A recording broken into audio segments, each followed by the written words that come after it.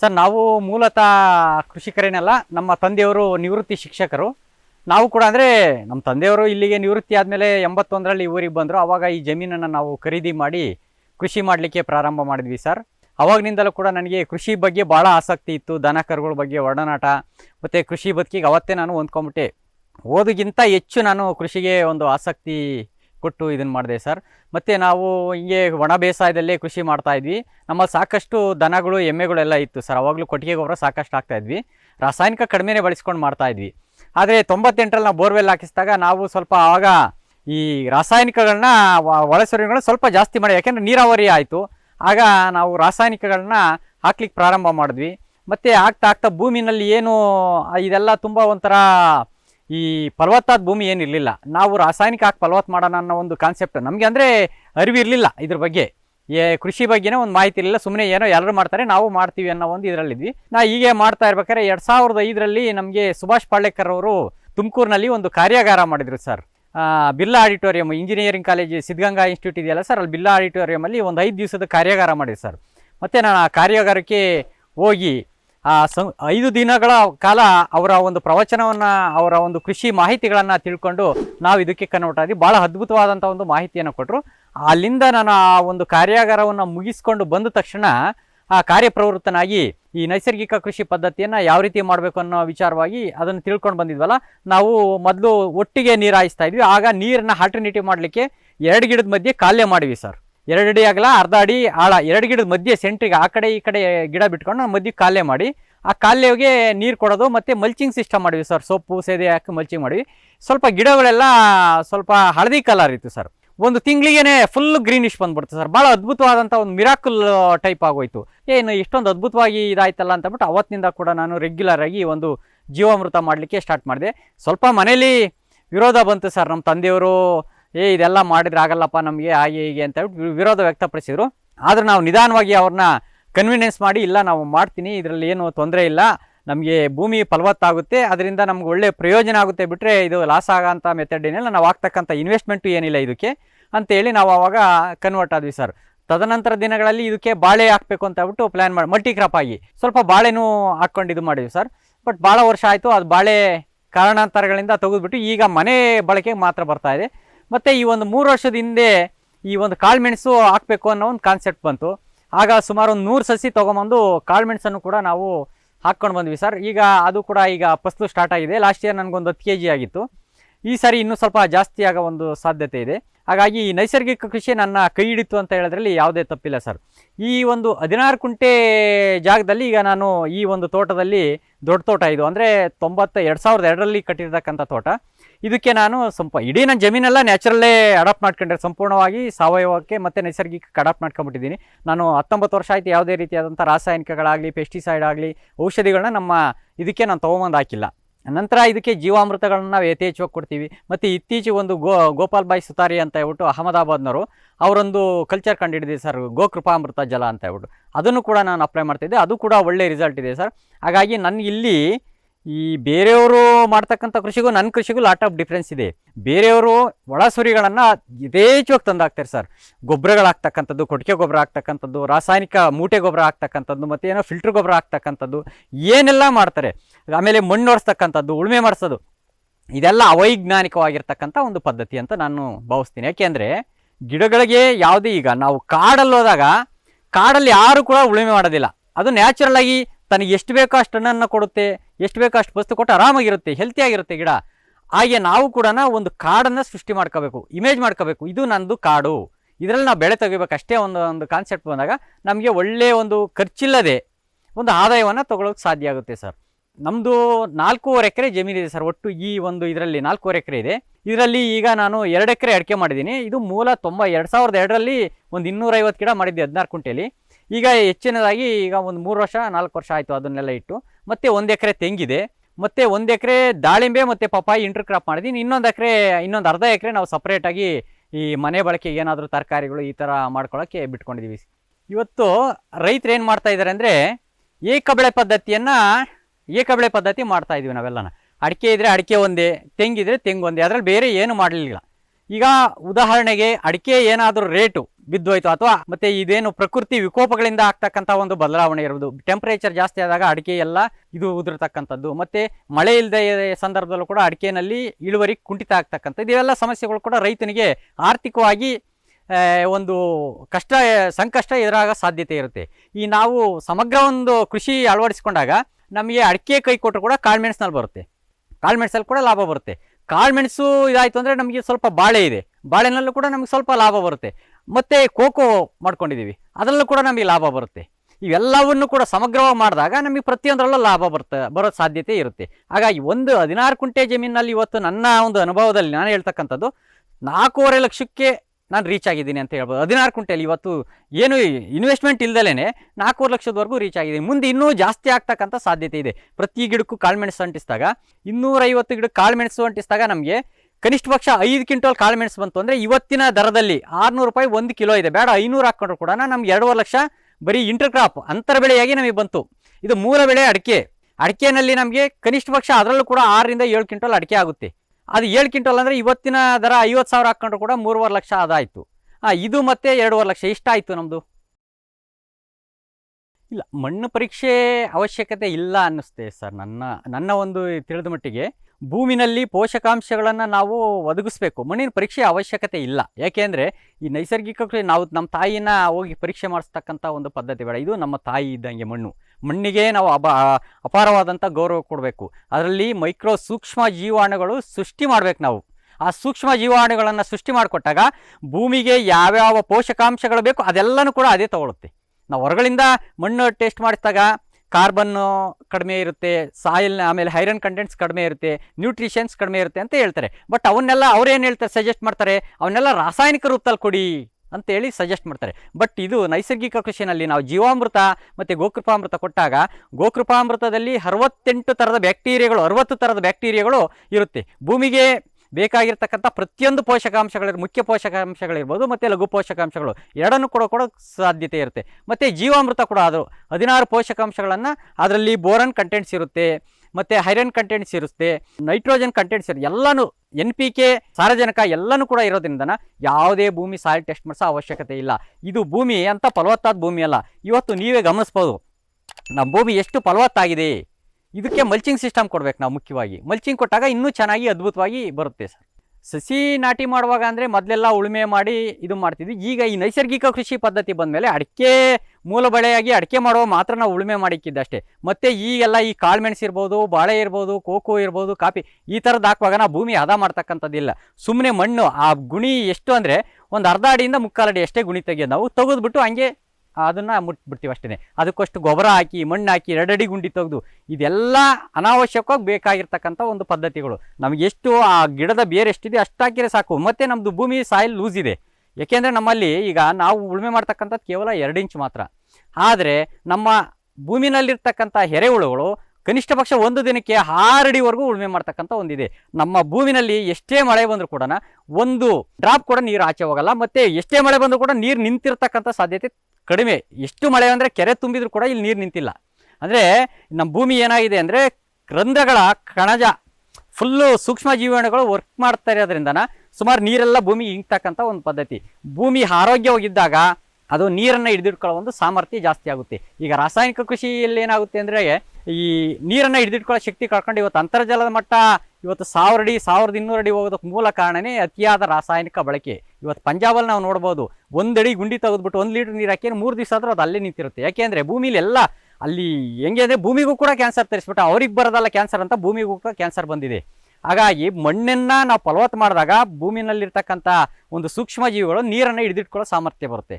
ಮತ್ತು ನೀರನ್ನು ನಾವು ಮಿತವಾಗಿ ಕೊಡಬೇಕು. ನೀರಿದೆ ಅಂತ ಬಿಟ್ಟು ಯಥೇಚ್ಛವಾಗಿ ಕೊಡೋದ್ರಿಂದಲೂ ಕೂಡ ಭೂಮಿ ಯಾವತ್ತೂ ಇದಾಗಲ್ಲ. ಮಿತವಾಗಿ 20 ದಿನಕ್ಕೊಂದ್ಸರಿ ಈ ಥರ ಮಲ್ಚಿಂಗ್ ಸಿಸ್ಟಮ್ ಇದ್ದು ನಾವು 20 ದಿನಕ್ಕೊಂದ್ಸರಿ ನೀರು ಕೊಟ್ಟಾಗ ಒಳ್ಳೆ ಸಂಪತ್ಭರಿತವಾದಂಥ ಒಂದು ಫಸಲನ್ನು ನಾವು ಪಡೀಲಿಕ್ಕೆ ಸಾಧ್ಯ ಇದೆ. ಸರ್, ಈಗ ಅಡಿಕೆನಲ್ಲಿ ನಮ್ಮ ಭಾಗದಲ್ಲಿ ನಾಟಿ ವೆರೈಟಿ ಒಂದೇ ಇರೋದು, ಅಲ್ಲಿ ಬೇರೆ ವೆರೈಟಿ ಇರ್ಬೋದು. ಬಟ್ ನಮ್ಮ ವಾತಾವರಣದಲ್ಲಿ ಬೆಳೀತಕ್ಕಂಥ ಒಂದು ನಾಟಿ ವೆರೈಟಿನೇ ನಾವೆಲ್ಲ ಇಲ್ಲಿ ಸೆಲೆಕ್ಟ್ ಮಾಡ್ಕೊಂಡು ಮಾಡಿದ್ದೀವಿ. ಮತ್ತು ಕಾಳುಮೆಣಸಲ್ಲಿ ಪಣಿಯೂರು 1, 2, 3, 4, 5, 6 ಆ ಥರ ಇದೆ. ಮತ್ತು ಕರಿಮುಂಡ ಅಂತ ಹೇಳ್ಬಿಟ್ಟದೆ ಇನ್ನೂ ಹೊಸ ತಳಿಗಳಿದೆ. ಬಟ್ ಇಲ್ಲಿ ನಮ್ಮ ಒಂದು ವಾತಾವರಣಕ್ಕೆ ಒಂದು ಪಣಿಯೂರು 2 ಅನ್ನೋ ಒಂದು ತಳಿನ ನಾವು ಸಜೆಸ್ಟ್ ಮಾಡ್ಕೊಂಡು ಹಾಕೊಂಡಿದ್ವಿ. ತುಂಬ ಚೆನ್ನಾಗಿ ಬರ್ತಾ ಇದೆ ಸರ್, ಯಾವುದೇ ರೋಗ ಇಲ್ಲ. ನಾವು ಅದಕ್ಕೆ ಇದುವರೆಗೂ ಕೂಡ ಯಾವುದೇ ರೀತಿಯಾದಂಥ ಒಂದು ಜೀವಾಮೃತ ಆಗಲಿ ಗೋಕೃಪಾಮೃತ ಆಗಲಿ ಸ್ಪ್ರೇ ಮಾಡಿಲ್ಲ. ಡ್ರಂಚಿಂಗ್ ಮಾಡ್ತಕ್ಕಂಥದ್ದು ಅಷ್ಟೇ ನಾನು, ಮತ್ತು ಅದಕ್ಕೇನು ಸ್ಪ್ರೇ ಕೊಟ್ಟಿಲ್ಲ. ಅದ್ಭುತವಾಗಿದೆ, ಭಾಳ ನೋಡಿ ಚೆನ್ನಾಗಿ ಬಂದಿದೆ. ಒಂದು ಗಿಡಕ್ಕೆ ಈ ವರ್ಷ ಕನಿಷ್ಠ ಪಕ್ಷ 1 kg ಬರ್ತಕ್ಕಂಥ ಸಾಮರ್ಥ್ಯ ಇದೆ ಗಿಡಗಳಿಗೆ. ಹಾಗಾಗಿ ನಾವೇನು ಇದಕ್ಕೆ ಎಕ್ಸ್ಟ್ರಾ ಖರ್ಚೇನು ಮಾಡ್ತಾ ಇಲ್ಲ. ಮತ್ತು ಈ ಕೆಲವರು ಕಟ್ಟಬೇಕು ಅಂತ, ನಾನು ಕಟ್ಟಿನೂ ಇಲ್ಲ ಸರ್ ಅಡಿಕೆಗಳು, ಸುಮ್ಮನೆ ಅದಕ್ಕಿಂತ ಅದೇ ಹೋಗ್ಬಿಟ್ಟಿದೆ. ನಾವು ಏನಿಲ್ಲ ಇದರಲ್ಲಿ. ನಮ್ಮ ಕೆಲಸ ಏನಪ್ಪ ಅಂದರೆ ನೀರೊಂದು ಕೊಡ್ತಕ್ಕಂಥದ್ದು, ಜೀವಾಮೃತ ಕೊಡ್ತಕ್ಕಂಥದ್ದು, ಅಷ್ಟು ಬಿಟ್ಟರೆ ಬೇರೆ ಏನು ಕೆಲಸನೂ ಇಲ್ಲ. ಮತ್ತು ಹಾರ್ವೆಸ್ಟ್ ಮಾಡುವಾಗ ಅಷ್ಟೇ ನಮಗೆ ಕೆಲಸ ಸರ್. ಔಷಧಿ ನಾವು ಸಿಂಪಡಣೆ ಮಾಡ್ತಕ್ಕಂಥ ಅವಶ್ಯಕತೆ ಇಲ್ಲ. ನಮ್ಮದು ನ್ಯಾಚುರಲ್ ಫಾರ್ಮಿಂಗ್ ಆಗಿರೋದ್ರಿಂದ ಜೀವಾಮೃತ ಕೊಡ್ತೀವಿ.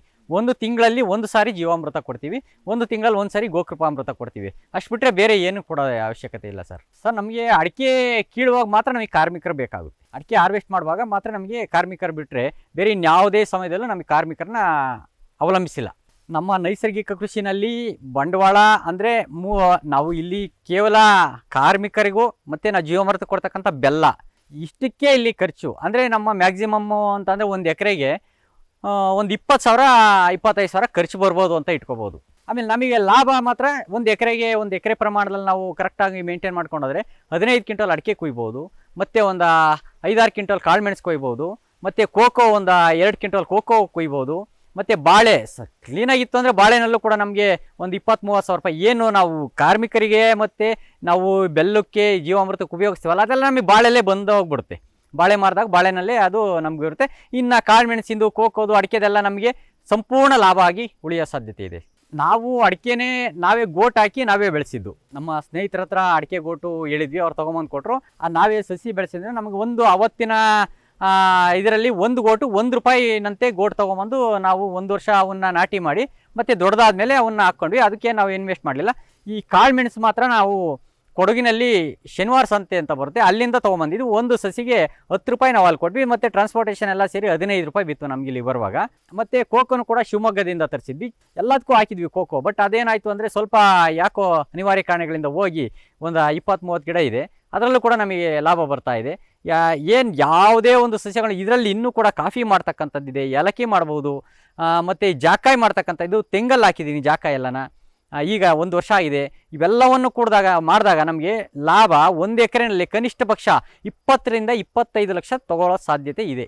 ರೈತರು ಇವತ್ತು ಸಸ್ಟೈನಬಲ್ ಆಗಿ ಲೈಫನ್ನು ಎಂಜಾಯ್ ಮಾಡ್ಬೋದು. ಏನು ಒಬ್ಬ ಅಫಿಷಿಯಲ್ಲು ಇವನ್ನು ಕ್ಲಾಸ್ 1 ಆಫೀಸರ್ಗಿಂತ 1 ಎಕರೆನಲ್ಲಿ ಜಾಸ್ತಿ ಲಾಭ ತಗೊಳ್ಳೋ ಸಾಧ್ಯತೆ ಇದೆ. ಇಲ್ಲಿ ನಾವು ವಾತಾವರಣ ನಾವು ಸೃಷ್ಟಿ ಮಾಡ್ಕೊಂಬಿಡ್ಬೇಕು. ಏಕೆಂದರೆ ಈಗ ಆ ಮಲೆನಾಡಿನಲ್ಲಿರ್ತಕ್ಕಂಥ ವಾತಾವರಣ ನಮ್ಮಲ್ಲಿ ಸೃಷ್ಟಿ ಮಾಡ್ಕೋಬೇಕು ನಾವು. ಅಲ್ಲಿ ಟೆಂಪ್ರೇಚರ್ ಏನು ಕಡಿಮೆ ಇರಲ್ಲ, ಅಲ್ಲೂ ಕೂಡ ಇಲ್ಲೂ ನಮ್ಮದು ಅಂದರೆ ಇಲ್ಲಿ ಮಳೆ ಪ್ರಮಾಣ ಕಡಿಮೆ ಇರುತ್ತೆ, ಅಲ್ಲಿ ಮಳೆ ಪ್ರಮಾಣ ಜಾಸ್ತಿ ಇರುತ್ತೆ. ಆದರೆ ಅವ್ರೇನು ಮಾಡ್ತಾರೆ, ಕಾಳುಮೆಣಸನ್ನು ಅವರು ಒಂದು ಇದು ಕಾಡು ಹಿಪ್ಪಲಿಗೆ ಕಸಿ ಮಾಡಿ ಕಸಿ ಗಿಡ ಹಾಕ್ತಾರೆ ಅವರು. ಏಕೆಂದರೆ ನಮ್ಮಲ್ಲಿ ಕಸಿ ಗಿಡ ಹಾಕೋ ಅವಶ್ಯಕತೆ ಇಲ್ಲ. ಇದನ್ನು ನಾವು ಸ್ಟೆಮ್ಸ್ ಹಾಕಿದ್ರೆ ಚೆನ್ನಾಗಿ ಬರುತ್ತೆ. ಅವ್ರದ್ದು ಸ್ಟೆಮ್ಸ್ ಹಾಕಿದ್ರೆ ಕೊಳೆ ರೋಗ ಬಂದು ಕೊಳ್ತೋಗ್ಬಿಡುತ್ತೆ ಗಿಡ. ಬಟ್ ಅಲ್ಲಿಗೂ ಇಲ್ಲಿಗೂ ಲಾಟ್ ಆಫ್ ಡಿಫ್ರೆನ್ಸ್ ಇದೆ. ಅವರು ಹಿಪ್ಪಲಿ ಗಿಡಕ್ಕೇ ಕಸಿ ಮಾಡಿದಂಥ ಸಸಿಗಳು ನಾಟಿ ಮಾಡೋದು, ನಮಗೇನಿಲ್ಲ, ಬರೀ ಇದರಲ್ಲೇ ನಾವು ಸಸಿಗಳು ಮಾಡ್ಕೋಬೋದು. ಹಾಗಾಗಿ ಅಲ್ಲಿಗಿಂತ ನಮಗೆ ಕಾಳುಮೆಣಸು ಇಲ್ಲಿ ಉತ್ತಮವಾಗಿ ಬರುತ್ತೆ. ಆಮೇಲಿಂದ ಕ್ವಾಲಿಟಿನಲ್ಲಿ ಬಯಲುಸೀಮೆ ಕ್ವಾಲಿಟಿ ಮಲೆನಾಡಿನಲ್ಲಿ ತಗೊಳ್ಳೋಕೆ ಸಾಧ್ಯ ಇಲ್ಲ. ಇದು ನಮ್ಮ ಕಾಳುಮೆಣಸು ಎಷ್ಟು ರುಚಿ ಮತ್ತು ಎಷ್ಟು ಖಾರವಾಗಿರುತ್ತೆ ಅಂದರೆ ಅದೇ ಮಲೆನಾಡು ತಿಂದರೆ ನಮ್ಗೆ ಅಷ್ಟೊಂದು ಇದಿರಲ್ಲ, ಟೇಸ್ಟ್ ಇರಲ್ಲ. ಅದು ನಮ್ಮ ಬಯಲುಸೀಮೆನಲ್ಲಿ ತುಂಬ ರುಚಿಕರವಾದಂಥ ಒಂದು ಆಹಾರವನ್ನು ನಾವು ಇದು ಮಾಡ್ಬೋದು ಮಲೆನಾಡು ಹೋಲಿಕೆ ಮಾಡ್ಕೊಂಡ್ರೆ. ಬಟ್ ಮಳೆ ಜಾಸ್ತಿ ಬರ್ಬೋದು ಅಲ್ಲಿ, ಬಟ್ ವಾತಾವರಣ ಚೆನ್ನಾಗಿರ್ಬೋದು. ಅಲ್ಲಿಗಿಂತ ಇಲ್ಲಿ ಬಿಸಿಲು ಮತ್ತು ಕರೆಕ್ಟಾಗಿ ವಾತಾವರಣ ನಾವು ಮೇಂಟೈನ್ ಮಾಡ್ಕೊಂಬಿಟ್ರೆ, ಈಗ ನಮ್ಮ ತೋಟದಲ್ಲಿ ನೋಡ್ತಾ ಇದ್ದೀರ ನೀವು, ಈಗ ಮಲೆನಾಡಿನಲ್ಲಿ ಏನಿದೆ ಅದನ್ನೇ ನಾವು ಸೃಷ್ಟಿ ಮಾಡಿಬಿಟ್ಟಿದ್ದೀವಿ. ನಾವು ನಮ್ಮ ತೋಟದಲ್ಲಿ ಸೃಷ್ಟಿ ಮಾಡ್ಕೋಬೇಕು. ಟೆಂಪ್ರೇಚರ್ನ ಹೆಂಗೆ ಅಂದರೆ ಇಲ್ಲಿ ಈಗ ಈ ಪ್ರತಿಯೊಂದನ್ನು ಕೂಡ ನಾವು ಸೂರ್ಯನ ಕಿರಣಗಳನ್ನು ಶೋಷಿದಂಥ ಸೂರ್ಯನ ಕಿರಣಗಳು ನಮ್ಮ ಭೂಮಿ ಮೇಲೆ ಬೀಳಬೇಕು. ಡೈರೆಕ್ಟ್ ಏನು ಯಾವ ಬೆಳೆಗಳಿಲ್ಲ ಅಂದಾಗ ಏನಾಗುತ್ತೆ, ನೇರವಾಗಿ ಬೀಳುತ್ತೆ ಭೂಮಿ ಮೇಲೆ. ಈಗ ಭೂಮಿ ಮೇಲೆ ಎಲ್ಲೂ ಬೀಳಲ್ಲ, ಶೋಷಿದಂಥ ಬಿಸಿಲು ಮಾತ್ರ ಬಂದು ಭೂಮಿ ಬೀಳುತ್ತೆ. ಹಾಗಾಗಿ ಇಲ್ಲಿ ನಮ್ಗೆ ಯಾವುದೇ ರೀತಿಯ ಸಮಸ್ಯೆ ಆಗಿಲ್ಲ. ನಮ್ಮ ಕುಟುಂಬದಲ್ಲಿ ನಾನು ಸದ್ಯದಲ್ಲಿ ನಾನು ಒಬ್ಬನೇ ಕೃಷಿ ಮಾಡ್ತಾ ಇರೋದು. ನಮ್ಮ ಮನೆಯವರು ಬಂದು ಅಂಗನವಾಡಿ ಕಾರ್ಯಕರ್ತೆಯಾಗಿ ಕೆಲಸ ಮಾಡ್ತಾ ಇದ್ದಾರೆ. ನನ್ನ ಮಕ್ಕಳು 2 ಹೆಣ್ಮಕ್ಳು, ಅವರಿಬ್ಬರು ಕೂಡ ಒಬ್ಬಳು ಇಂಜಿನಿಯರಿಂಗ್ ಮಾಡ್ತಾ ಇದ್ದಾರೆ, ಒಬ್ಬಳು ಕೃಷಿ ಪದವಿ ಮಾಡ್ತಾ ಇದ್ದಾಳೆ. ಹಾಗಾಗಿ ಈಗ ನನಗೆ ಸಪೋರ್ಟಿವ್ ಆಗಿ ನಮ್ಮ ಮನೆಯವರು ಸ್ವಲ್ಪ ಬರ್ತಾರೆ. ಅಷ್ಟು ಬಿಟ್ಟರೆ ಬೇರೆ ಇನ್ಯಾರು ನಮ್ಮ ತಾಯಿಯವ್ರಿಗೆ ವಯಸ್ಸಾಗಿದೆ, ಅವರು ಕೂಡ ಬರೋದಿಲ್ಲ. ಈಗ ನಾನೊಬ್ಬನೇ ಇದರಲ್ಲಿ ಕೃಷಿನಲ್ಲಿ ಇಲ್ಲಿ ನನ್ನೊಬ್ಬರಿಗೇನೆ ಏನು ಕೆಲಸ ಇಲ್ಲ ಅಂದ್ಕೋಬೋದು ನಾನು. ಏನಂದರೆ ಜೀವಾಮೃತ ಒಂದು ಕೊಡುವಾಗ ಮಳೆಗಾಲದಲ್ಲಂತೂ ಏನಿಲ್ಲ, ಅಡಿಕೆ ಹಾರ್ವೆಸ್ಟ್ ಮಾಡುವಾಗ ಸ್ವಲ್ಪ ನಮಗೆ ಕಾರ್ಮಿಕರು ಬೇಕು. ಅದು ಬಿಟ್ಟರೆ ಬೇರೆ ಇನ್ಯಾವ ಸಮಯದಲ್ಲೂ ನಾವು ಆರಾಮಾಗಿರ್ಬೋದು. ಇದು ನಾವು ಸಾಲಿಂದ ಸಾಲ ಆವಾಗ ನಮ್ಗೇನು ಐಡಿಯಾ ಇರಲಿಲ್ಲ, ಅಡಿಕೆ ಹಾಕೋ ಇದರಲ್ಲಿ ನಮ್ಗೇನು ಐಡಿಯಾ ಇರಲಿಲ್ಲ. 8 ಅಡಿ ಮತ್ತು 7 ಅಡಿ ಅಂತರ ಕೊಟ್ಟಿದ್ದೀವಿ ಇದಕ್ಕೆ. ಬಟ್ ಈಗ ಹೊಸ್ದಾಗಿ ಇಡ್ತಿರ್ತಕ್ಕಂಥವಕ್ಕೆಲ್ಲ 9 ಅಡಿ ಸ್ಪೇಸ್ ಕೊಟ್ಟಿದ್ದೀವಿ. ಯಾಕೆಂದರೆ ಅಂತರ ಬೆಳೆ ಮಾಡ್ಬೇಕಾದ್ರೆ ನಮಗೆ ತುಂಬ ಚೆನ್ನಾಗಿ ಬರುತ್ತೆ. ಅದರಲ್ಲಿ ನಾವು ಕೋಕೋ ಹಾಕ್ಬೋದು, ಬಾಳೆ ಹಾಕ್ಬೋದು, ಮತ್ತು ಕಾಫಿ, ಏಲಕ್ಕಿ ಇವನ್ನೆಲ್ಲ ಮಾಡ್ಬೋದು. ಇದರಲ್ಲಿ ಏನಾಗಿದೆ ಅಂದರೆ ಈಗ ನೋಡಿ ನೆರಳು ಜಾಸ್ತಿ ಆಗ್ಬಿಡುತ್ತೆ. ಈಗ ಹತ್ರ ಇರೋದ್ರಿಂದ ಗಿಡ ನೆರಳು ಜಾಸ್ತಿ ಆದಾಗ ನಮಗೆ ಕಾಫಿ, ಏಲಕ್ಕಿ ಇವೆಲ್ಲಕ್ಕೂ ಕೂಡ ಸ್ವಲ್ಪ ಸಮಸ್ಯೆ ಆಗುತ್ತೆ ಅಂತ ಬಿಟ್ಟು ನಾನು ಹಾಕಿಲ್ಲ. ಬಟ್ ಅಂತರ ಜಾಸ್ತಿ ಕೊಟ್ಟರೆ ಒಳ್ಳೆಯದು ಅಂತರ ಬೆಳೆ ಬೆಳೆಯೋದಕ್ಕೆ. ಸರ್ ಈಗ ಈ ಅಡಿಕೆ ಒಂದೇ ಸರಿ ಬರೋದಿಲ್ಲ ನಮಗೆ. ಈಗ ಸೆಪ್ಟೆಂಬರ್ ಈ ತಿಂಗಳಲ್ಲಿ ಬರುತ್ತೆ, ಮತ್ತು 1.5 ತಿಂಗಳಿಗೆ ಒಂದು ಸರಿ ಕಟಾವು, ಡಿಸೆಂಬರಿಗೆ ಕ್ಲೋಸ್ ಆಗಿಬಿಡುತ್ತೆ ಆ ಕಟಾವೆಲ್ಲ. ಮತ್ತು ಇದು ಕಾಳುಮೆಣಸು ಏನಿದೆ ಡಿಸೆಂಬರ್ ಟು ಜನವರಿನಲ್ಲಿ ಹಾರ್ವೆಸ್ಟ್ ಮಾಡೋದು. ಕೋಕೋನು ಕೂಡ ಅಷ್ಟೇ, ಅದು ಕೂಡ 2 ಟೈಮ್ ಬರುತ್ತೆ. ಅದು ಕೋಕೋ ಅದು ಜೂನ್ ಜುಲೈ ತಿಂಗಳಲ್ಲಿ 1 ಟೈಮ್ ಬರುತ್ತೆ, ಮತ್ತು ಡಿಸೆಂಬರ್ ತಿಂಗಳಲ್ಲಿ 1 ಟೈಮ್ ಬರುತ್ತೆ. 2 ತಿಂಗಳು 2 ಟೈಮ್ ಅಷ್ಟೇ ಸರ್ ಬರೋದು. ಕಾಳುಮೆಣಸು ನಮಗೆ ಅಪ್ ಟು ಡಿಸೆಂಬರಿಂದ ಜನವರಿ ಫೆಬ್ರವರಿಗೆ ಲಾಸ್ಟ್ ಮಾಡಿಬಿಡ್ತೀವಿ ಸರ್. ನೀರಿನ ವ್ಯವಸ್ಥೆ ಬೋರ್ವೆಲ್ ಇದೆ. ಈಗ ನಮ್ಮದು ಒಂದು ಬೋರ್ವೆಲ್ಲು 1000 ಅಡಿ ಇದೆ, ಇನ್ನೊಂದು ಬೋರ್ವೆಲ್ 500 ಅಡಿ ಇದೆ. ಈಗ ಈ ಒಂದು 3-4 ವರ್ಷ ಮಳೆ ಚೆನ್ನಾಗಿ ಬರ್ತಾರೆ ಅಂದರೆ ನೀರಿಗೆ ಏನು ಸಮಸ್ಯೆ ಕಂಡಿಲ್ಲ. ನಾವು ನೋಡಿ ನೀರು ಬಿಡೋ ವ್ಯವಸ್ಥೆ ಈಗ ಈ ತೋಟಕ್ಕೆ ನಾವು ಡ್ರಿಪ್ ಇರಿಗೇಷನ್ ಮಾಡಿಲ್ಲ. 2 ಗಿಡದ ಮಧ್ಯೆ ಕಾಲುವೆ ಮಾಡ್ಕೊಂಡಿದ್ದೀವಿ. ಆ ಕಾಲುವೆಗೆ ಮಾತ್ರ ನಾವು ನೀರು ಕೊಡ್ತೀವಿ ಅಷ್ಟೇ ಬಿಟ್ಟರೆ. ಮತ್ತು ಆಲ್ಟರ್ನೇಟಿವ್ ಆಗಿ ನೀರಿನ ಸಮಸ್ಯೆಗಳು ಬಂದಾಗ ನಾವೇನು ಮಾಡ್ತೀವಿ, ಒಂದು ಸಾಲು ಬಿಟ್ಟು ಒಂದು ಸಾಲಿಗೆ ನೀರು ಕೊಡ್ತೀವಿ. ಅದೇನಾಗುತ್ತೆ ಅಂದರೆ ಒಂದು ಗಿಡ ಈ ಸಾಲಿಗೆ ಕೊಟ್ಟಾಗ ಈ ಸಾಲು 2 ಗಿಡನ ತಗೊಳುತ್ತೆ, ಮತ್ತು ಅದು ಗ್ಯಾಪ್ ಕೊಟ್ಟು ಆ ಕಡೆ ಬಿಟ್ಟಾಗ ಆ ಕಡೆ ಗಿಡ 2 ತಗೊಳುತ್ತೆ. ಹಾಗಾಗಿ ನಾವು ನೀರು ಕಡಿಮೆ ಆದರೂ ಕೂಡ ಆಲ್ಟರ್ನೇಟಿವ್ ಆಗಿ ನೀರು ಕೊಡೋದ್ರಿಂದ ನಮಗೆ ನೀರಿನ ಸಮಸ್ಯೆ ಎಂದೂ ಕೂಡ ಬಂದಿಲ್ಲ ನಮಗೆ. ನಾವು ಜೀವಾಮೃತ ಏನು ಮಾಡ್ತೀವಿ, ನೀರೆಲ್ಲ ಕೊಟ್ಟಿದ್ದಾದ್ಮೇಲೆ ತೇವಾಂಶ ಇರುವಾಗ ನೀರಲ್ಲಿ ಬೆಳಿಗ್ಗೆ ಟೈಮ್ ಬಂದುಬಿಟ್ಟು ಡ್ರಂಚಿಂಗ್ ಮಾಡಿಬಿಡ್ತೀವಿ ನಾವು ಜೀವಾಮೃತನ. ಅದು ಡ್ರಿಪ್ಪಲ್ಲಿ ಕೊಡ್ಲಿಕ್ಕೆ ಆಗೋದಿಲ್ಲ ಜೀವಾಮೃತ, ಅದು ಡ್ರಿಪ್ ಕಟ್ಕೊಳ್ಳುತ್ತೆ. ನೀರಲ್ಲಿ ಬಿಟ್ಟರೆ ಎಲ್ಲೋ ಒಂದು ಕಡೆ ಹೋಗಿ ಫ್ಲೋ ಆಗುತ್ತೆ. ಹಾಗಾಗಿ ನಾವೇನು ಮಾಡ್ತೀವಿ, ಬೈ ಹ್ಯಾಂಡು ಡ್ರಂಚಿಂಗ್ ಮಾಡಿಬಿಡ್ತೀವಿ.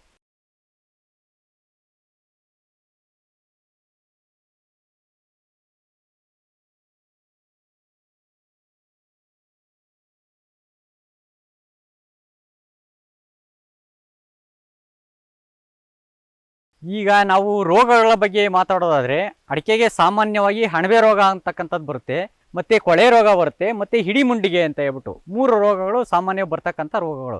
ಆದರೆ ಇಲ್ಲಿ ನಮ್ಮ ತೋಟದಲ್ಲಿ ಯಾವುದೇ ರೀತಿಯಾದಂಥ ಅಣಬೆ ರೋಗ ಇಲ್ಲ, ಯಾವುದೇ ರೀತಿಯಾದಂತಹ ಹಿಡಿಮುಂಡಿಗೆ ಇಲ್ಲ, ಯಾವುದೇ ರೀತಿಯಾದಂಥ ಕೊಳೆ ರೋಗ ಇಲ್ಲ. ಇಲ್ಲಿ ಬೇರೆ ತೋಟಗಳಿಗೆ ಹೋಲಿಕೆ ಮಾಡ್ಕೊಂಡ್ರೆ ನಮ್ಮದು ರೋಗ ಮುಕ್ತವಾಗಿದೆ. ಕಾಳುಮೆಣಸು ಕೂಡ ಅಷ್ಟೇ, ಅದು ಕೂಡ ಯಾವುದೇ ರೀತಿಯಾದಂಥ ಒಂದು ಔಷಧಿಯನ್ನು ನಾವು ಸಿಂಪಡಣೆ ಮಾಡಲ್ಲ.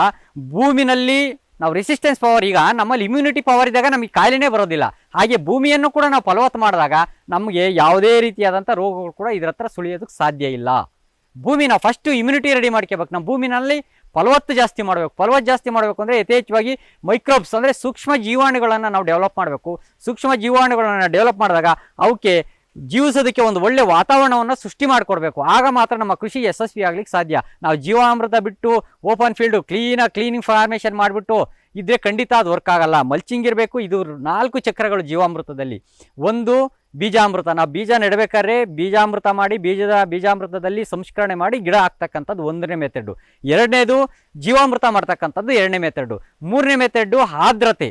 ಇಲ್ಲಿ ನಾವು ಯಾವುದೇ ರೀತಿಯಾದಂಥ ಒಂದು ಈ ಆರ್ದ್ರತೆ ಅಂತ ಹೇಳಿದ್ರೆ ತೇವಾಂಶವನ್ನು ಮೇಂಟೈನ್ ಮಾಡ್ಕೊಂಡು ಹೋಗಬೇಕು. 4ನೇದಾಗಿ ಒಂದು ಮುಚ್ಚಿಗೆ ಇದ್ದಾಗ ಮಾತ್ರ ನಮಗೆ ಈ ಒಂದು ಕೃಷಿ ಯಶಸ್ವಿ ಆಗ್ಲಿಕ್ಕೆ ಸಾಧ್ಯ ಇದೆ ಅಂತ ನಾವು ಹೇಳಲಿಕ್ಕೆ ಬಯಸ್ತೀನಿ. ಈಗ ನಾವು ಕಾಳುಮೆಣಸೆಲ್ಲ ಹರ್ಕೊಂಡು ಹೋಗ್ಬಿಟ್ಟು ನಾವೇನು ಮಾಡ್ತೀವಿ, ಬಿಸಿಯಾಗಿ ಕಾಯಿಸ್ತೀವಿ. ನೀರನ್ನ ಕಾಯಿಸ್ಬಿಟ್ಟು ಅದರಲ್ಲಿ ಹಾಕ್ಬಿಟ್ಟು ಮತ್ತು ಇಮಿಡಿಯೇಟಾಗಿ ತೆಗೆದ್ಬಿಟ್ಟು ಅದನ್ನು ಡ್ರೈ ಮಾಡ್ತೀವಿ. ಅದು ಬ್ಲ್ಯಾಕ್ ಬಂದುಬಿಡುತ್ತೆ. ಅದನ್ನೊಂದು ಅದು ಸಾಮಾನ್ಯವಾಗಿ ಬಿಸಿಲಿರುತ್ತೆ, ಒಂದು 4-5 ದಿವಸ ಒಣಗಿಸ್ಬಿಟ್ರೆ ಮತ್ತು ಅದ್ರದ್ದೇನು ಅಂಥ ಪ್ರಾಬ್ಲಮ್ ಆಗೋಲ್ಲ. ಅದ್ರದ್ದು ಕೊಯ್ಲಿಗೆ ಸ್ವಲ್ಪ ನಾವು ಎಣ್ಣೆ ಹಾಕ್ಕೊಂಬಿಟ್ಟು ಎಲ್ಲ ಕೊಯ್ಲು ಮಾಡ್ಕೊಳ್ತೀವಿ. ಅದು ಕೂಡ ನಾವೇ ಮಾಡ್ಕೊಳ್ತೀವಿ. ನಾವೇನು ಅದಕ್ಕೆ ಕೂಲಿ ಕಾರ್ಮಿಕರನ್ನ ಅವಲಂಬಿಸಿಲ್ಲ. ನಾವೇ ಎಣ್ಣೆ ಹಾಕ್ಕೊಂಬಿಟ್ಟು ಅದು ಬರ್ತಕ್ಕಂಥದ್ದನ್ನೆಲ್ಲ ಕುಯ್ಕೊಂಬಿಟ್ಟು ಆ ಒಂದು ವ್ಯವಸ್ಥೆ ಮಾಡ್ತೀವಿ. ಇಲ್ಲ ಸರ್, ನಾನು ಯಾವುದೇ ರೀತಿಯಾದಂಥ ಸಬ್ಸಿಡಿಗೂ ಹೋಗಿಲ್ಲ, ಯಾವುದೇ ರೀತಿಯಾದಂಥ ಇನ್ಶೂರೆನ್ಸು ಇಲ್ಲ. ಈಗ ಅವಶ್ಯಕತೆ ಇಲ್ಲ ರೈತನಿಗೆ ಸಬ್ಸಿಡಿ. ಈ ಸರ್ಕಾರಗಳು ರೈತರನ್ನ ಏನು ಮಾಡ್ತಾ ಇದೆ ಅಂದರೆ, ಈ ಸಬ್ಸಿಡಿಯನ್ನು ಒಂದು ಭೂತವನ್ನು ಕೊಟ್ಟು ರೈತರನ್ನ ಹಾಳು ಮಾಡ್ತಾ ಇದೆ. ರೈತನಿಗೆ ಒಂದು ಒಳ್ಳೆ ವ್ಯವಸ್ಥಿತವಾಗಿರ್ತಕ್ಕಂಥ ಒಂದು ಮಾರುಕಟ್ಟೆಯನ್ನು ಕಲ್ಪಿಸಿಕೊಟ್ಬಿಟ್ರೆ ಅವ್ರು ಯಾವುದೇ ರೀತಿಯಾದ ಸಬ್ಸಿಡಿ ಕೊಡೋ ಅವಶ್ಯಕತೆ ಇಲ್ಲ. ಒಳ್ಳೆ ಮಾರುಕಟ್ಟೆ ನಿರ್ಮಾಣ ಮಾಡಿಕೊಡ್ಬೇಕು ರೈತನಿಗೆ. ನೋಡಿ, ಇದು ಕಾಡೆಸರು ಅಂತ ಹೇಳ್ಬಿಟ್ಟು ಇದು ಬೇಸಿಗೆನಲ್ಲಿ ನಾವು ಇದರೊಳಗೆ ಬಂದರೆ ಒಳ್ಳೆ AC ಒಳಗಿದ್ದಂಗೆ ಇರುತ್ತೆ. ಅಷ್ಟು ಅದ್ಭುತವಾಗಿರ್ತಕ್ಕಂಥ ಒಂದು ಸಸ್ಯ ಇದು. ನಮಗೆ ಈ ಕಳೆ ನಿಯಂತ್ರಣ ಮಾಡಲಿಕ್ಕೂ ಕೂಡ ಒಂದು ಒಳ್ಳೆ ಸಹಕಾರಿ, ಮತ್ತು ಭೂಮಿಗೆ ಸಾರಜನಕವನ್ನು ಸ್ಥಿರೀಕರಣ ಮಾಡಲಿಕ್ಕೆ ತುಂಬ ಅನುಕೂಲ. ಇದರಲ್ಲಿ ಪ್ರತಿ ಬೇರಲ್ಲೂ ಕೂಡ ರೈಸೋಬಿಯಮ್ ಗಂಟುಗಳಿದೆ. ಆ ಗಂಟು ವಾತಾವರಣದಲ್ಲಿರ್ತಕ್ಕಂಥ ಸಾರಜನಕವನ್ನು ಎಲೆಗಳ ಮೂಲಕ ತಗೊಂಡು ಭೂಮಿಗೆ ಸ್ಥಿರೀಕರಣ ಮಾಡ್ತಕ್ಕಂಥ ಒಂದು ಕೆಲಸವನ್ನು ಇದು ಮಾಡುತ್ತೆ. ಒಂದು. ಎರಡನೇದಾಗಿ ನಮಗೆ ಮುಚ್ಚಿಗೆ ಆಗಿದೆ. ಸೂರ್ಯನ ಎಲ್ಲೂ ಕೂಡ ಸೂರ್ಯನ ಕಿರಣಗಳು ನೇರವಾಗಿ ಭೂಮಿ ಮೇಲೆ ಬೀಳ್ತಕ್ಕಂಥ ಒಂದು ವ್ಯವಸ್ಥೆ ಇಲ್ಲ. ಎರಡನೇದು. ಮೂರನೇದಾಗಿ ಈ ಒಂದು ಎಲೆ ಹಿಂಭಾಗದಲ್ಲಿ ಸ್ವಲ್ಪ ಸುಂಕಿರೋದ್ರಿಂದ ಇಲ್ಲಿ ಯಾವುದೇ ರೀತಿಯಾದಂಥ ಹಾವುಗಳು ಮತ್ತು ಹುಳ ಹುಪ್ಪಟೆಗಳು ಇದುವರೆಗೂ ನನಗೆ ಈ ಒಂದು ಸಸ್ಯಗಳನ್ನು ಹಾಕಿ 12 ವರ್ಷ ಆಯಿತು. 12 ವರ್ಷದಿಂದಲೂ ಕೂಡ ನಾನು ಎಂದೂ ಕೂಡ ಇದರಲ್ಲಿ ನಾನು ನೋಡಿಲ್ಲ. ರಾತ್ರಿ ಹೊತ್ತು ಕೂಡ ನಾನು ಬಂದು ನೀರು ಹಾಯಿಸಿದ್ದೀನಿ. ಬ್ಯಾಟ್ರಿ ಇಲ್ದಲೇ ಬಂದು ನೀರು ಹಾಯಿಸಿ ನಾನು ಮೇಂಟೈನ್ ಮಾಡ್ಕೊಂಡು ಹೋಗಿದ್ದೀನಿ. ಹಾಗಾಗಿ ಯಾವುದೇ ರೀತಿಯಾದಂಥ ತೊಂದರೆ ಇಲ್ಲ. ಇದರಿಂದ ನಮಗೆ ಅಡ್ವಾಂಟೇಜ್ ಬಿಟ್ಟರೆ ಡಿಸ್ಅಡ್ವಾಂಟೇಜ್ ಏನಿಲ್ಲ. ಸರ್, ನಾನು ಆಗಲೇ ಹೇಳ್ದಂಗೆ ಜೀವಾಮೃತ ಅಂತ ಹೇಳಿನಲ್ಲ, ನೋಡಿ ಸರ್, ಇದೇ ಜೀವಾಮೃತ. ಇದನ್ನು ಮಾಡಲಿಕ್ಕೆ ನಮ್ಮ ದೇಶೀಯ ಆಕಳಿನ 10 kg ಸಗಣಿ ಬೇಕಾಗುತ್ತೆ, ಮತ್ತು 10 ಲೀಟ್ರ್ ಗಂಜಲ ಬೇಕಾಗುತ್ತೆ, ಮತ್ತು ಇದಕ್ಕೆ 2 kg ಬೆಲ್ಲ, ಮತ್ತು 1 kg ದ್ವಿದಳ ಧಾನ್ಯದ ಹಿಟ್ಟು, ಒಂದು 5 ಲೀಟ್ರ್ ಮಜ್ಜಿಗೆ ಕೂಡ ಹಾಕ್ತಾಯಿದ್ದೀನಿ. ಇಷ್ಟನ್ನು ಹಾಕಿ ನಾವು ಆಮೇಲೆ ಒಂದು ಫಲವತ್ತಾಗಿರ್ತಕ್ಕಂಥ ಮಣ್ಣು, ಅದರಲ್ಲಿ ಮೈಕ್ರೋ ನ್ಯೂಟ್ರಿಯನ್ಸ್ ಇರೋದ್ರಿಂದ ಆ ಸೂಕ್ಷ್ಮ ಜೀವಿಗಳು ಇದರಲ್ಲಿ ಇನ್ನೂ ಚೆನ್ನಾಗಿ ಕಾರ್ಯಚಟುವಟಿಕೆಗಳು ಮಾಡೋದ್ರಿಂದ ಅದನ್ನೊಂದು ಸ್ವಲ್ಪ ಹಾಕ್ತೀವಿ. ಅದನ್ನು ಹಾಕಿ ನಾವು ಪ್ರತಿದಿನ ಮುಂಜಾನೆ, ಮಧ್ಯಾಹ್ನ ಮತ್ತು ಸಂಜೆ 3 ಬಾರಿ ಇದನ್ನು ಪ್ರದಕ್ಷಿಣಾಕಾರದಲ್ಲಿ ತಿರುಗಿಸ್ತಾ ಇರಬೇಕು. ಈಗ ಈ ಥರ ತಿರುಗಿಸೋದ್ರಿಂದ ಏನಾಗುತ್ತೆ ಅಂದರೆ ಈ ಜೀವಾಮೃತದಲ್ಲಿ ಇರ್ತಕ್ಕಂಥ ಜೀವಾಣುಗಳ ಸಂಖ್ಯೆ ಮಲ್ಟಿಪ್ಲೈ ಆಗ್ತಾ ಇರ್ತವೆ. ವಿತಿನ್ ಸೆಕೆಂಡ್ಗೆ ಕೋಟ್ಯಾಂತರ ಜೀವಾಣುಗಳು ಆಗಿ ಅವು ಮಲ್ಟಿಪ್ಲೈ ಆಗ್ತಾ ಇರ್ತವೆ. ಆ ಜೀವಾಣುಗಳು ನಮಗೆ ಭೂಮಿಗೆ 3 ರಿಂದ 7 ದಿನದಲ್ಲಿ ನಾವು ಭೂಮಿ ಕೊಡಬೇಕು. ಈ ಭೂಮಿ ಕೊಡ್ಬೇಕಾದ್ರೆ ಇದು ಭೂಮಿನಲ್ಲಿ ತೇವಾಂಶ ಇರಬೇಕು, ಆಗ ಮಾತ್ರ ನಾವು ಭೂಮಿ ಕೊಡಬೇಕಾದ್ರೆ ಡ್ರಂಚಿಂಗ್ ಮಾಡಬೇಕಾಗುತ್ತೆ. ಮತ್ತು ಇದನ್ನು ಸಣ್ಣ ಸಸ್ಯಗಳಿಗೆ, ಉದಾಹರಣೆಗೆ ಸಣ್ಣ ಅಡಿಕೆ ಗಿಡಗಳಿದ್ದಾಗ ಅದಕ್ಕೆ ನಾವು ಇದನ್ನು ಡೈಲ್ಯೂಟ್ ಮಾಡಿಬಿಟ್ಟು ಒಂದು 3 ಲೀಟ್ರ್ ಜೀವಾಮೃತ ಹಾಕ್ಬಿಟ್ಟು 15 ಲೀಟ್ರ್ ನೀರಲ್ಲಿ ಇದನ್ನು ಸ್ಪ್ರೇ ಕೊಟ್ಟರು ಕೂಡ ತುಂಬ ಒಳ್ಳೆಯ ಫಲಿತಾಂಶ ಬರ್ತಕ್ಕಂಥ ಒಂದು ಉದಾಹರಣೆ ಇದೆ ಸರ್. ಇದಕ್ಕೆ ನೋಡಿ, ಈ ಗಿಡದ ಬೀಜಕ್ಕೆ ತುಂಬ ಡಿಮ್ಯಾಂಡ್ ಇದೆ. ಲಾಸ್ಟ್ ಇಯರ್ ನನಗೆ ಒಂದು 20 kg ಆಯಿತು, 1000 ರೂಪಾಯಿ kg ಹಂಗೆ ಮಾರಾಟ ಮಾಡಿದ್ವಿ. ಕೊನೆಗೆ 1 ಕ್ವಿಂಟಲ್ಗೆ ಆರ್ಡರ್ ಇತ್ತು ನನಗೆ. ನನ್ನ ಹತ್ರ ಬೀಜ ಸಪ್ಲೈ ಕೊಡೋಕ್ಕಾಗಲಿಲ್ಲ. ಹಾಗಾಗಿ ಬೇರೆ ಕಡೆ ಒಬ್ಬರ ಹತ್ರ ನನ್ನ ಹತ್ರ ಇದೆ ಅಂತ ಹೇಳಿದ್ರೆ ಅವ್ರ ಸಂಪರ್ಕ ಕೊಟ್ಟು ಅವ್ರ ಕಡೆಯಿಂದ ನಾನು ಡಿಸ್ಟ್ರಿಬ್ಯೂಟ್ ಮಾಡಿಸಿದೆ. ಇದು ಏನಕ್ಕಪ್ಪ ಅಂದರೆ ಭೂಮಿಯನ್ನು ಫಲವತ್ತು ಮಾಡಲಿಕ್ಕೆ ತುಂಬ ಸಹಕಾರಿಯಾಗುತ್ತೆ. ಒಂದು, ನೈಟ್ರೋಜನ್ ಫಿಕ್ಸ್ ಮಾಡ್ತಕ್ಕಂಥದ್ದು. ಎರಡನೇದಾಗಿ ಭೂಮಿ ಫಲವತ್ತು ಮಾಡೋದಕ್ಕೆ ಇದು ನಾನಾಗಲೇ ಹೇಳಿನಲ್ಲ, ಭೂಮಿ ಫಲವತ್ತು ಮಾಡುತ್ತೆ. ಹಾಗಾಗಿ ಇದು ನನ್ನ ತೋಟ ನೋಡಿ ಸುಮಾರು ಜನ ಇದರಿಂದ ಉತ್ತೇಜಿತರಾಗಿ ನಮಗೂ ಬೀಜ ಬೇಕು ಸರ್, ಕೊಡಿ ಅಂತ ಬಿಟ್ಟು 2 ವರ್ಷದಿಂದ ತುಂಬಾ ಡಿಮ್ಯಾಂಡ್ ಇದೆ ಸರ್. ನಾನು ಲಾಸ್ಟ್ ಇಯರ್ ನನಗೆ ಈ ಬೀಜದಿಂದಲೂ ಕೂಡ 15-20 ಸಾವಿರ ರೂಪಾಯಿ ವಾರ್ಷಿಕ ಆದಾಯ ಬರ್ತಾ ಇದೆ ಸರ್. ಇದು ಗ್ಲಿರಿಸಿಡಿಯಾ ಅಂತ ಹೇಳ್ಬಿಟ್ಟು ಗೊಬ್ಬರದ ಗಿಡ ಅಂತ ನಮ್ಮ ಮಾಡ ಭಾಷೆಯಲ್ಲಿ ಕರಿತೀವಿ. ಇದು ಭೂಮಿಗೆ ಒಳ್ಳೆ ನೈಟ್ರೋಜನ್ ಫಿಕ್ಸೇಷನ್ ಮಾಡುತ್ತೆ. ಮತ್ತು ಇದನ್ನು ನಾವು ಪ್ರತಿ 2 ತಿಂಗಳಿಗೆ ಒಂದ್ಸರಿ ಕಳೆದ್ಬಿಟ್ಟು ತೋಟದಲ್ಲಿ ಮಲ್ಚಿಂಗ್ ಮಾಡೋದ್ರಿಂದ ಈ ಕಾಂಡದಲ್ಲಿ NPK ಅಂಶ ಏನಿದೆ, ಇದರಲ್ಲಿ ನೈಟ್ರೋಜನ್ ಪರ್ಪಸ್ ಇದೆ, ಈ ಎಲೆನಲ್ಲಿ ಫಾಸ್ಫರಸ್ ಇದೆ, ಈ ಕಾಂಡದಲ್ಲಿ ಪೊಟ್ಯಾಷ್ ಅಂಶ ಇದೆ. ಈ NPK 3 ಇರೋದ್ರಿಂದ ಇದು ತುಂಬ ಒಳ್ಳೆಯ ಇದು. 4 ಅಡಿಕೆ ಗಿಡದ ಮಧ್ಯೆ ಒಂದು ಗ್ಲಿರಿಸಿಡಿ ಇತ್ತು ಅಂದರೆ 4 ಅಡಿಕೆ ಗಿಡಕ್ಕೆ ತನ್ನ ತಾಯಿ ತನ್ನ ಮಗುವನ್ನು ಯಾವ ರೀತಿ ಆರೈಕೆ ಮಾಡುತ್ತೋ ಆ ಒಂದು ಆರೈಕೆಯನ್ನು ಈ ಗಿಡ 4 ಅಡಿಕೆ ಗಿಡವನ್ನು ಮಾಡ್ತಕ್ಕಂಥ ಒಂದು ವ್ಯವಸ್ಥೆ ಇದ್ದಿದೆ. ಹಾಗಾಗಿ ನಮ್ಮ ತೋಟದಲ್ಲಿ ಇದು ಸಾಕಷ್ಟಿದೆ ಸರ್. ಇದುವರೆಗೂ ನಮ್ಮ ಒಂದು ತೋಟವನ್ನು ಈ ಕರ್ನಾಟಕ ನ್ಯೂಸ್ ಬೀಟ್ ಚಾನಲ್ನವರು ಬಂದು ನನ್ನ ಒಂದು ತೋಟವನ್ನು ಸಂಕ್ಷಿಪ್ತವಾಗಿ ಈ ಒಂದು ಹೊರಗಿನ ಪ್ರಪಂಚಕ್ಕೆ ತೋರಿಸಿಕೊಟ್ಟಿದ್ದಕ್ಕೆ ನನಗೆ ತುಂಬ ಒಂದು ನ್ಯೂಸ್ ಚಾನೆಲ್ನವರಿಗೆ ನಾನು ತುಂಬ ಧನ್ಯವಾದಗಳನ್ನು ಸಲ್ಲಿಸ್ತಾ ಇದ್ದೀನಿ. ಕರ್ನಾಟಕ ನ್ಯೂಸ್ ಬೀಟ್ ಫಾಲೋ ಮಾಡಿ, ಸಬ್ಸ್ಕ್ರೈಬ್ ಮಾಡಿ.